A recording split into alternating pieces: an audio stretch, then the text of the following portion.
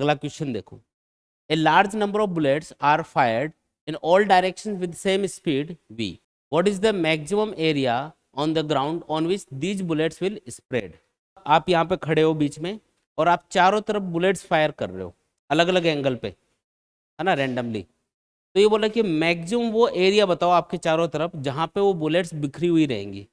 आप चारों तरफ बुलेट्स फायर कर रहे हो, इधर उधर इधर चारों तरफ, है ना।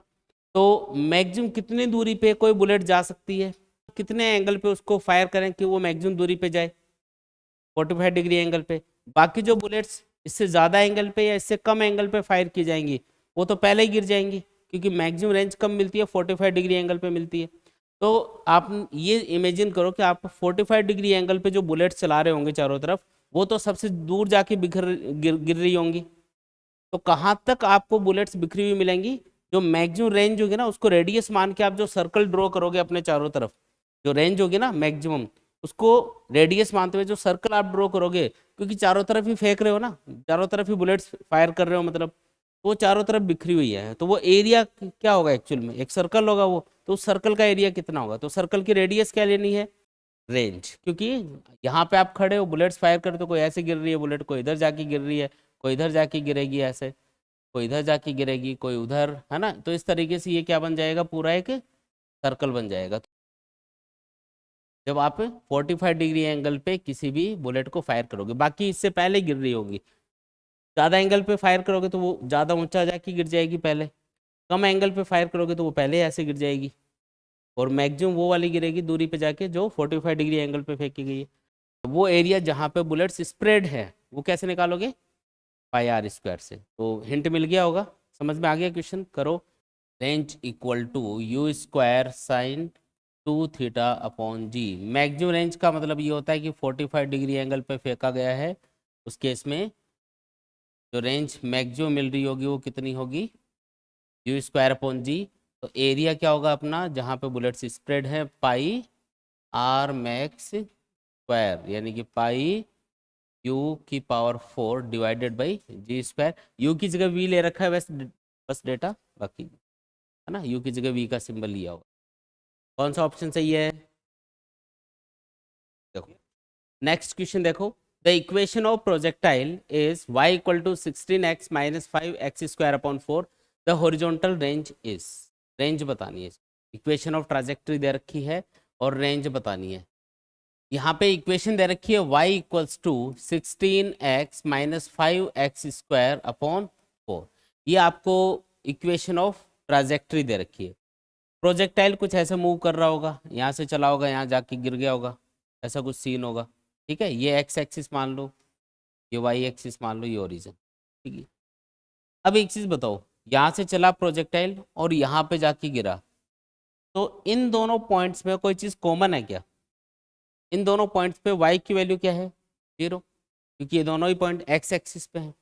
तो अगर मैं यहाँ पे इस इक्वेशन के अंदर y की वैल्यू 0 पुट करूंगा तो मुझे x की दो वैल्यू मिलेंगी, एक तो उसमें 0 होगी ये वाली, और दूसरी ये वाली वैल्यू होगी जो इससे कितना, ओरिजिन से कितना दूर है ये पॉइंट, उसकी वैल्यू को शो कर रहा हूँ। तो अगर आपको रेंज पता करनी हो तो आप सिंपली एक काम कर सकते हो कि जो इक्वेशन ऑफ ट्राजेक्टरी है उसमें y की वैल्यू 0 पुट कर दो, क्योंकि y दो ही केस में 0 होगा, या तो यहाँ होगा या यहाँ होगा।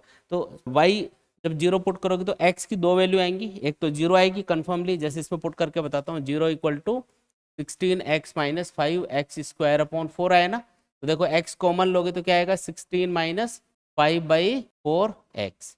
तो ये 0 कब बनेगा, या तो x 0 हो या ये वाली टर्म 0 हो, या तो x 0 हो या फिर 16 माइनस 5/4 x 0 हो। ये 0 कब होगा, तो ये जब 0 होगा तो 5/4 x इक्वल टू 16, सॉल्व कर लो इसको, कितना आएगा 64/5, यानी कि आएगा मीटर। तो ये जो है ना, ये अपना आंसर सही है ना। तो ये जो दूसरी वाली वैल्यू आ रही है ना जहाँ पे y 0 है, x की जो दूसरी वाली वैल्यू आ रही है वही अपनी रेंज है एक्चुअली। नेक्स्ट क्वेश्चन देखो, the velocity at the maximum height of a projectile is half of its initial velocity u, its range on the horizontal plane is. Range बतानी है, ये तो बहुत ही ज़्यादा आसान है। इनिशियल वेलोसिटी क्या है यहाँ पे, u, इनिशियल वेलोसिटी यू से हमने फेंका है थीटा एंगल के ऊपर, तो इनिशियल वेलोसिटी यू है, एंगल थीटा पे फेंका है, और इसने क्या बोला कि मैक्सिमम हाइट पे जब ये पहुंचेगा तो यहाँ पे इसकी जो वेलोसिटी होगी वो इनिशियल वेलोसिटी का हाफ होगी। क्वेश्चन समझ में आ गया? तो बताना है कि रेंज कितनी है, तो रेंज के लिए थीटा निकालना पड़ेगा। तो थीटा कैसे निकालोगे, ये है हिंट। आपको पता है टॉप पे वेलोसिटी कितनी हो जाती है प्रोजेक्टाइल की, वर्टिकल कंपोनेंट तो जीरो, तो सिर्फ यू कॉस थीटा बचेगा। तो यू कॉस थीटा यहाँ पे u/2 के बराबर है, तो उससे कॉस थीटा इक्वल टू 1/2 आएगा। थीटा निकालो, फिर रेंज बताओ। यहाँ पे वेलोसिटी हो जाएगी u कॉस थीटा, तो u कॉस थीटा u/2 के बराबर है, तो u कैंसिल होके कॉस थीटा बना 1/2, यानी कि थीटा आ गया 60 डिग्री। रेंज का फॉर्मूला चिपका दो, u² साइन 2 थीटा अपॉन जी। तो रेंज क्या हो जाएगी, u² sine 2 into 60 degree divided by g. लो जी, 2 इंटू 60 120 डिग्री, साइन 120 डिग्री होता है साइन 90 प्लस 30 यानी कॉस 30 के बराबर, और कॉस 30 की वैल्यू कितनी, √3/2, तो ये बनेगा u² upon ji in to √3/2। है कोई ऑप्शन ऐसा? सेकेंड है ना। Next question, the equation of a projectile is y equal to √3x minus gx² upon 2, the angle of projectile and its initial velocity is. दो चीजें बतानी है, एक तो एंगल ऑफ प्रोजेक्शन किस एंगल पे फेंका गया है, और इनिशियल वेलोसिटी क्या है। ठीक है, करो try. y equal to √3x minus gx² upon 2, ये दे रखी है इक्वेशन। दो चीजें बतानी है, इनिशियल वेलोसिटी और एंगल ऑफ प्रोजेक्शन। जो इक्वेशन ऑफ ट्राजेक्टरी पता है उससे कंपेयर करके आप इस इक्वेशन को कुछ डेटा निकाल सकते हो, उससे सॉल्व कर सकते हो। तो comparing with y equal to x tan theta minus 1/2 ji x² upon u² cos square theta, इन दोनों को कंपेयर करो, देखो किसकी जगह कौन आ रहा है, तो उससे थोड़ा आपको आइडिया लगेगा और उससे आप सॉल्व कर लोगे, कुछ चीज़ें तो उसी से निकल जाएंगी। देखो x का मल्टीपल कौन होता है यहाँ पे, tan थीटा, तो tan थीटा तो डायरेक्टली हमको पता चल रहा है कितना, √3 के बराबर है। बाय कंपेयरिंग tan थीटा √3, तो थीटा कितना, थीटा मिल गया ना। बाकी डेटा सेकंड वाली टर्म से देख लो, सेकंड वाली टर्म में देखो क्या दे रखा है, g/2 को तो अलग ही कर लो, g/2 को तो छोड़ दो, x² को भी छोड़ दो, तो इसको छोड़ के यानी कि 1/u² cos स्क्वायर थीटा बचा, जिसकी वैल्यू 1 होनी चाहिए। देखो gx²/2, इसमें क्या है gx²/2, और इसके अलावा मल्टीप्लाई में है 1/u² cos स्क्वायर थीटा, तो वो तो 1 होना चाहिए ना, तभी तो ये इक्वेशन बनेगी। तो कंपेयर करने से हमको ये पता चला कि tan थीटा की वैल्यू तो √3 है, और ये जो 1/u² cos स्क्वायर थीटा इसकी वैल्यू 1 है। कंपेयर किया ना दोनों को, या ऐसे समझ लो कि इस वाली टर्म को इससे डिवाइड कर दो, तो जो आएगा वो अपने पास कंपेरिजन से डेटा आ जाएगा। तो u² cos square theta equal to 1 आ गया यहाँ से। अब थीटा तो पता ही है 60 डिग्री है, तो u² cos square 60 degree, cos 60 कितना होता है 1/2, 1/2 यानी 1/4 बन जाएगा स्क्वायर करने से, तो u² आएगा 4, u आएगा 2 मीटर पर सेकेंड। तो दोनों आंसर आ गए। देखो चलो अगला क्वेश्चन देखो, a particle is projected from horizontal making an angle 60 degree with velocity 40 metre per second, find the time taken to the particle to make angle 45 degree from the horizontal. Question समझा देता हूँ थोड़ा सा। Particle ऐसे जाके ऐसे गिरेगा कहीं, जब फेंका गया था कितने एंगल पे फेंका गया है, 60 डिग्री एंगल पे फेंका गया है। कितने एंगल पे फेंका गया है, 60 डिग्री एंगल पे, और कितनी स्पीड से, तो u आपको दे रखा है 40 मीटर पर सेकेंड। कुछ टाइम बाद में ये यहाँ पे पहुंच गया, और इसकी जो वेलोसिटी है उसका हॉरिजॉन्टल से एंगल कितना बन गया, 45 डिग्री, है ना। तो आपको पूछा है कि कितनी देर बाद में ऐसा होगा, कितनी देर बाद में ये एंगल 45 डिग्री बन जाएगा। समझ में आया क्वेश्चन? देखो यहाँ पे एक चीज आप याद रखना कि यहाँ पे जो वेलोसिटी का हॉरिजॉन्टल कंपोनेंट होगा और यहाँ पे जो वेलोसिटी का हॉरिजॉन्टल कंपोनेंट होगा वो बराबर ही होंगे। और अगर आपको वेलोसिटी का हॉरिजॉन्टल कंपोनेंट यहाँ पे पता चल गया तो वर्टिकल कंपोनेंट भी बता सकते हो, वेलोसिटी भी कैलकुलेट कर सकते हो, सारी चीजें आ जाएंगी बाद में। यहाँ पे शुरुआत में हॉरिजॉन्टल कंपोनेंट क्या होगा वेलोसिटी का, ये बताओ पहले तो, हॉरिजॉन्टल कंपोनेंट बताओ। 40 cos 60, cos 60 1/2 यानी कि आ जाएगा 20। तो यहाँ पे भी वेलोसिटी का हॉरिजॉन्टल कंपोनेंट यानी कि v cos 45 डिग्री कितना होना चाहिए, 20 के बराबर होना चाहिए। सही बात है क्या ये? हॉरिजॉन्टल कंपोनेंट ऑफ वेलोसिटी जो भी यहाँ पे आया वो यहाँ पे होना चाहिए। तो यहाँ पे तो कंपोनेंट ये होगा v cos 45 जो कि 20 के बराबर होना चाहिए। तो क्या इससे v निकाल सकते हैं हम लोग, है ना? v आ जाएगा इससे cos 45 1/√2 तो 20√2 मीटर पर सेकेंड।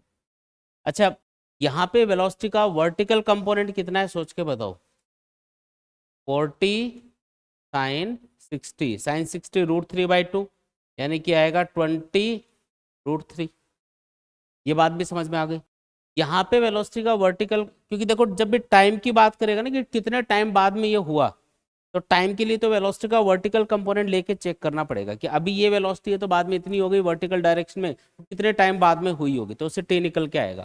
तो यहाँ पे आप क्या करो, वेलोसिटी का वर्टिकल कंपोनेंट जो कि होगा v sin 45 डिग्री के बराबर वो निकाल लो। Horizontal component v cos 45, vertical इतना v तो निकाल ही चुके हो 20√2। तो क्या हम v sin 45 भी निकाल सकते हैं, सॉल्व कर सकते हैं क्या? 20√2 इंटू 1/√2 तो ये आ जाएगा 20। ये वैसे भी बता सकते थे, वैसे ये कैलकुलेशन करने की जरूरत नहीं थी। आपको एक पॉइंट याद होगा कि दो वेक्टर अगर बराबर मैग्नीट्यूड के होते हैं तो रिजल्टेंट हमेशा बीच में आता है।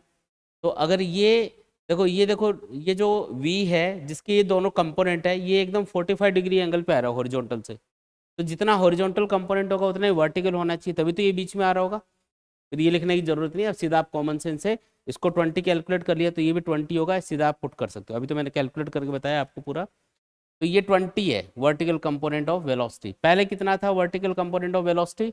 20√3। बाद में कितना हो गया? 20। कौन सी इक्वेशन लगा के मैं ये टाइम फाइंड कर सकता हूँ कि कितने टाइम बाद में ऐसा हुआ? कौन सी लगानी चाहिए equation? v equal to u plus a t. Very good. Y axis के अलोंग लगा दो इसको।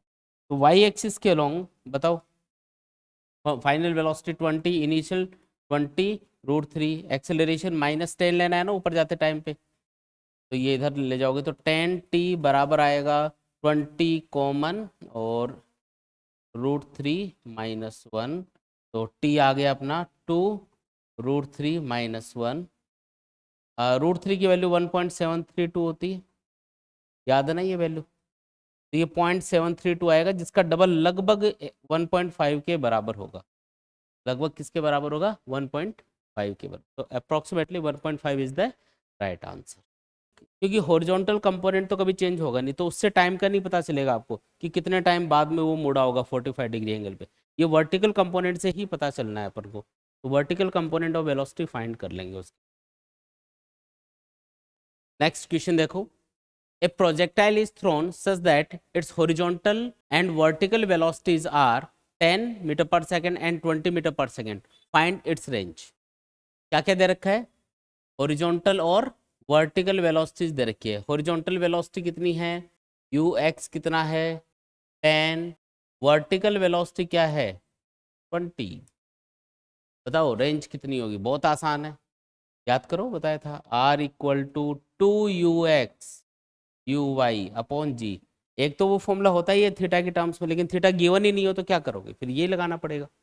लगाओ इसको। 2 10 × 20 डिवाइडेड बाई 10 कितना आएगा? 40 मीटर। ठीक है, देख लेना। नेक्स्ट क्वेश्चन देखो।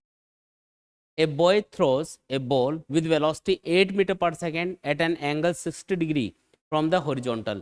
With what velocity he should run to catch the ball before it hits the ground?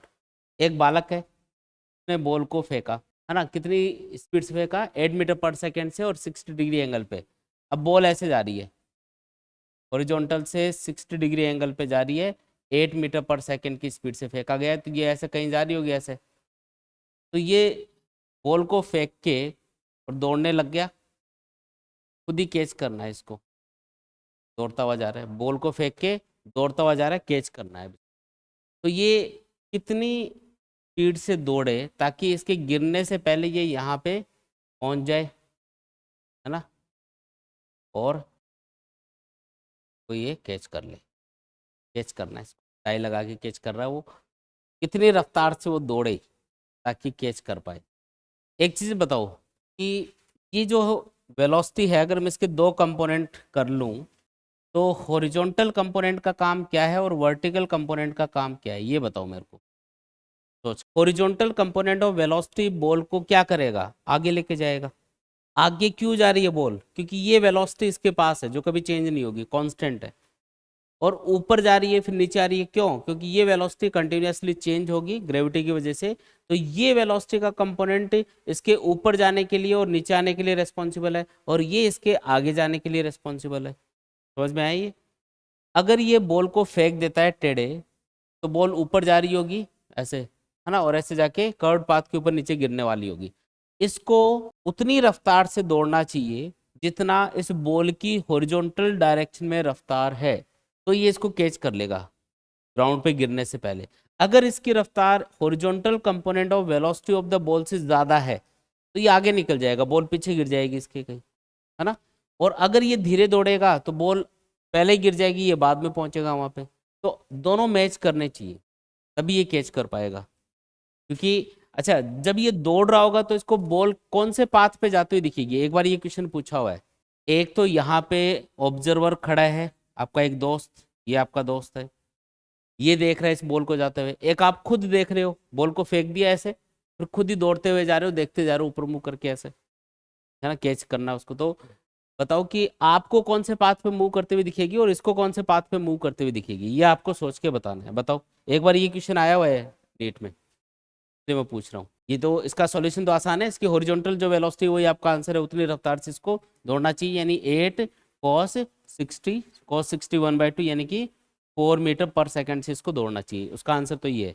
Path कैसा होगा वो बताओ, तो कैसा दिखेगा, इसको कैसे दिखेगा, पैराबोलिक की, क्योंकि इसने फेंका तो ऐसे जा रहा होगा, इसको दिखेगा। तो इसको तो ये तो क्या बोलेगा, पैराबोलिक पाथ पे ये बॉल मूव कर रही है ना।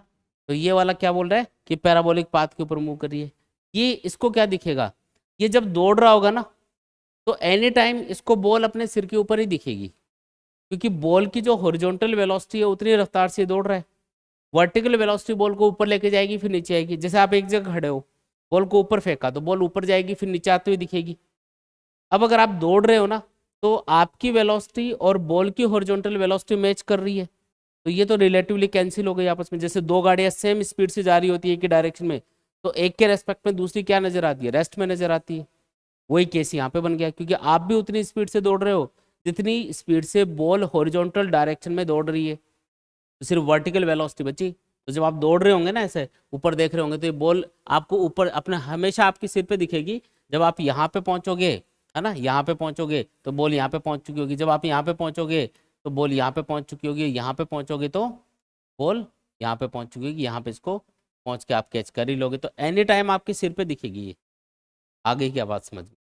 तो आपके लिए पाथ कैसा होगा, स्ट्रेट लाइन, ऐसे जाएगी बॉल वापस, स्ट्रेट लाइन पाथ होगा ना। तो आपके लिए स्ट्रेट लाइन है, इसके लिए पैराबोलिक। ठीक है, आप चाहो तो इसको एक साइड में लिख लेना इस बात को, क्योंकि एक क्वेश्चन है आया हुआ एक बार कि हमको पता होना चाहिए, रिलेटिवली देखा जाएगा। तो कभी भी ऐसा क्वेश्चन आ जाए ना कि पाथ कैसा दिखेगा, तो फिर थोड़ा चौकन्ना हो जाना है कि भी पाथ पूछ रहा है, इसका मतलब रिलेटिवली ये चीज़ हो सकती है कुछ। तो रिलेटिव मोशन में आपको फिर उसी हिसाब से उसी नज़र से देखना है।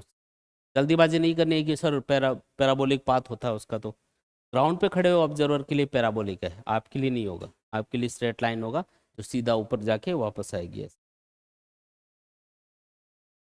नेक्स्ट क्वेश्चन देखो, a stone is projected with velocity 20√2 metre per second at an angle 45 degree. Find the average velocity of the stone during its motion from starting point to its maximum height. Average velocity किसको बोलते हैं वैसे, बताओ। हाँ, यहाँ से चला यहाँ पे पहुंचा। डिस्प्लेसमेंट कैसे कैलकुलेट करोगी, कौन सा होगा डिस्प्लेसमेंट, डिस्प्लेसमेंट होगा इनिशियल पॉइंट और फाइनल पॉइंट के बीच का सीधा डिस्टेंस, ये वाली डिस्टेंस। अब ये डिस्टेंस अगर आपको पता चल जाए, है ना, यहाँ से यहाँ तक पहुँचने का टाइम तो आपको पता ही है, जो टोटल टाइम ऑफ फ्लाइट होता है उसका हाफ यहाँ से यहाँ तक पहुँचने का टाइम। अगर आपको ये डिस्टेंस पता चल जाए, ये डिस्प्लेसमेंट पता चल जाए, तो काम हो सकता है अपना। ये ओ पॉइंट मान लो, ये पी पॉइंट मान लो, तो ओ पी डिस्टेंस अगर आपको पता चल जाए तो काम हो जाएगा ना। कैसे पता करोगे? ये हाइट कितनी होती है? मैक्सिमम हाइट h, ये इसका फॉर्मूला है अपने पास, कैलकुलेट किया जा सकता है। और ये वाली दूरी कितनी होगी यहाँ से यहाँ तक? r/2। तो ये आपको पता है, ये पता है, तो ये तो आप पता कर ही सकते हो। फिर आ जाएगा ना एवरेज वेलोसिटी। पहले ये निकाल लो, फिर ये निकाल लो, फिर ये डिस्प्लेसमेंट आ जाएगा पाइथागोरस थ्योरम से। और टाइम ऑफ फ्लाइट, इसमें तो सारे फॉर्मूले यूज हो गए, मतलब टी का भी आ गया, एच का भी आ गया, आर का भी आ गया। बढ़िया क्वेश्चन है ये तो, तीनों फॉर्मूलों को रिवाइज करवा देता है। इसमें सारी चीज़ें कैलकुलेट करनी पड़ेगी। जैसे टाइम ऑफ फ्लाइट, आपका जो टाइम होगा ना वो होगा t/2 के बराबर, यानी कि टाइम ऑफ फ्लाइट होता है 2u साइन थीटा अपॉन जी, तो वो हो जाएगा u साइन थीटा अपॉन जी। तो टाइम तो आएगा जो आपको यूज़ करना है, u कितना है 20√2 साइन 45 डिवाइडेड बाई 10, तो ये तो आ जाएगा 2 सेकेंड, 2 सेकेंड होगा ना, ये टाइम तो आ गया 2 सेकेंड। और h की वैल्यू कितनी है? तो h का formula u square sine square theta upon 2g। u की वैल्यू 20√2 स्क्वायर कर दो, साइन 45 का स्क्वायर करना है इधर, 2 × 10। देखो ये बनेगा, तो ऊपर तो आएगा 420 आ गया क्या? और रेंज कितना आपको? वैसे r/2 चाहिए, तो u square sine 2 theta upon 2g लिख रहा हूँ मैं इसको, क्योंकि आपको r/2 ही चाहिए, है ना, तो मैं r/2 सीधा ही लिख रहा हूँ यहाँ पे। ये आएगा 20√2 का स्क्वायर, और ये साइन 90, ये तो बन जाएगा 1 डिवाइडेड बाई 2 × g। ये r/2 की वजह से आ रहा है नीचे वाला 2, तो 20, तो ये आएगा 20, 40 आएगा क्या? 40 मीटर। तो ये 20 है, ये 40 है, ये 20, ये 40। तो आपका जो डिस्प्लेसमेंट आपको लेना है वो क्या होगा? डिस्प्लेसमेंट होगा √20 का स्क्वायर प्लस 40 का स्क्वायर, 20√5 आएगा ये, 20√5। तो एवरेज स्पीड का फॉर्मूला हो जाता है डिस्प्लेसमेंट 20√5 डिवाइडेड बाई टाइम, यानी कि 2 सेकेंड। समझ गए बात? तो 10√5 अपना आंसर है क्या ऑप्शन? ये वाला पहला ऑप्शन सही है। देखो, a projectile is thrown with initial velocity aik plus bjk meter per second. If the range of projectile is twice the maximum height reached by it, then अब कौन सा ऑप्शन सही है इसमें ये बताना है। हिंट क्या दे रखा है इसने? हिंट ये सेकंड लाइन में देखो, if the range of projectile is twice of the maximum height reached, तो r = 2h है यहाँ पे, हिंट यही है। अब रेंज का फॉर्मूला आपको पता है और मैक्सिमम हाइट का पता है, लेकिन इसमें आप बोलोगे सर इसमें थीटा वगैरह कुछ है ही नहीं, तो कैसे सॉल्व करेंगे? एक चीज़ देखो कि यहाँ पे जो वेलोसिटी है ना, इसकी इनिशियल वेलोसिटी वो दे रखी है आपको शुरुआत की, a_i प्लस b_j। इसको देख के कुछ आ रहा है दिमाग में कि ये क्या दे रखा है? आपको सेपरेटली हॉरिजॉन्टल और वर्टिकल वेलोसिटीज दे रखी हैं। ux कितना है a, uy कितना है b, पता चला क्या? अब ux uy के टर्म्स में जो फॉर्मूले हैं वो यूज करो इन दोनों के लिए। देखो r को हम लिखेंगे 2ux uy अपॉन g, और h को हम लिखेंगे uy square upon 2g। g से g उड़ा दो, ये 2 उड़ा दो, ux की जगह लिख दो a, uy की जगह लिख दो b, इक्वल टू इधर क्या आएगा uy स्क्वायर यानी b स्क्वायर अपॉन 2। समझ रहे हो बात? तो एक b कैंसिल हो जाएगा, और बताओ क्या बनेगा? 2a इक्वल टू b है कोई ऑप्शन? ये एक क्वेश्चन और करो। A particle of mass m is projected with velocity v at angle 60 degree, find its angular momentum about point of projection when it is at maximum height. मतलब इसका angular momentum बताना है। ये क्या चीज़ होती है भाई? तो ये सर्कुलर मोशन में पढ़ेंगे वैसे तो डिटेल में, थोड़ा सा मैं आपको हिंट बता देता हूँ इसका। देखो ये ऐसे प्रोजेक्टाइल जा रहा है, यहाँ पे जाके गिरेगा, यहाँ से फेंका गया है। जब ये मैक्सिमम हाइट पे होगा तो इनिशियल पॉइंट के रेस्पेक्ट में इसका एंगुलर मोमेंटम बताना है। जब भी कोई पार्टिकल सर्कुलर मोशन करता है तो एंगुलर मोमेंटम का मतलब ये होता है, जैसे ये कोई पार्टिकल और ये एक सर्कल पे ऐसे घूम रहा है v वेलोसिटी से, r रेडियस के सर्कुलर पाथ पे, m इसका मास है, तो एंगुलर मोमेंटम को हम लिख सकते हैं एंगुलर मोमेंटम, l से इसको रिप्रेजेंट करते हैं एंगुलर मोमेंटम को, m v r, मास, वेलोसिटी, और r मतलब वेलोसिटी की जो परपेंडिकुलर डिस्टेंस है जिस पॉइंट के अराउंड एंगुलर मोमेंटम बताना है वो r है। यहाँ पे r रेडियस है वैसे सर्कुलर मोशन के अंदर, लेकिन हर जगह रेडियस तो नहीं होगी। जैसे ये पार्टिकल ऐसे जा रहा है कट पाथ, तो यहाँ सर्कल है ही नहीं, तो फिर आप क्या करोगे? तो आपको ये ध्यान रखना है कि r जो लेना होता है इस फॉर्मूले के अंदर वो होती है वेलोसिटी की परपेंडिकुलर डिस्टेंस, किससे? उस पॉइंट से जिसके अराउंड एंगुलर मोमेंटम कैलकुलेट करना है। यहाँ पे इस पॉइंट के अराउंड एंगुलर मोमेंटम कैलकुलेट करवा रहा है। यहाँ पे जब प्रोजेक्टाइल पहुंचेगा मैक्सिमम हाइट पे, तो बताओ इसकी वेलोसिटी कौन सी डायरेक्शन में होगी? हॉरिजॉन्टली, u cos थीटा ये बन चुकी होगी। अब ये जो वेलोसिटी है इसकी इस पॉइंट से परपेंडिकुलर डिस्टेंस कितनी होगी? तो परपेंडिकुलर डिस्टेंस का मतलब है वेलोसिटी वाली लाइन को पीछे बढ़ा लो और इस पॉइंट से एक परपेंडिकुलर उसके ऊपर ड्रॉ करो। जैसे ये वेलोसिटी वाली लाइन है ना, इसको पीछे बढ़ा के, मतलब ये तो वैसे सीधा ही पता चल रहा है, इस पॉइंट से एक परपेंडिकुलर ड्रॉ कर दो, तो ये आ गई परपेंडिकुलर डिस्टेंस r। लेकिन यहाँ पे परपेंडिकुलर डिस्टेंस अलग है कुछ, वेलोसिटी वाली लाइन को आप पीछे बढ़ाओगे और यहाँ से परपेंडिकुलर ड्रॉ करोगे ना, तो ये डिस्टेंस जो आएगी ना ये अपना r होगा। तो यहाँ पे r किसके बराबर है बताओ? ये तो मैक्सिमम हाइट हो गई ना इसकी, एक तरह से के बराबर आएगा। आपको जो फॉर्मूला यूज करना है एंगुलर मोमेंटम का, उसमें m लेना है, वेलोसिटी कौन सी लेनी है? मैक्सिमम हाइट पे वेलोसिटी कितनी? u cos थीटा, और r की जगह क्या लेना है? h की वैल्यू आपको पता है फॉर्मूले से, क्या होगा? u square sine square theta upon 2g। ये पुट करके सॉल्व करके आंसर बताओ। l equal to m u cos theta into u square sine square theta upon 2g। m u का क्यूब बन जाएगा और cos 60 into sine square 60 degree divided by 2g। अब देखो cos 60 1/2, साइन 60 √3/2 का स्क्वायर यानी 3/4, यानी कि 8, यानी कि ये 16 mu³ अपॉन एक 3 भी है साथ में, पहला ही सही है। समझ में तो आया क्या?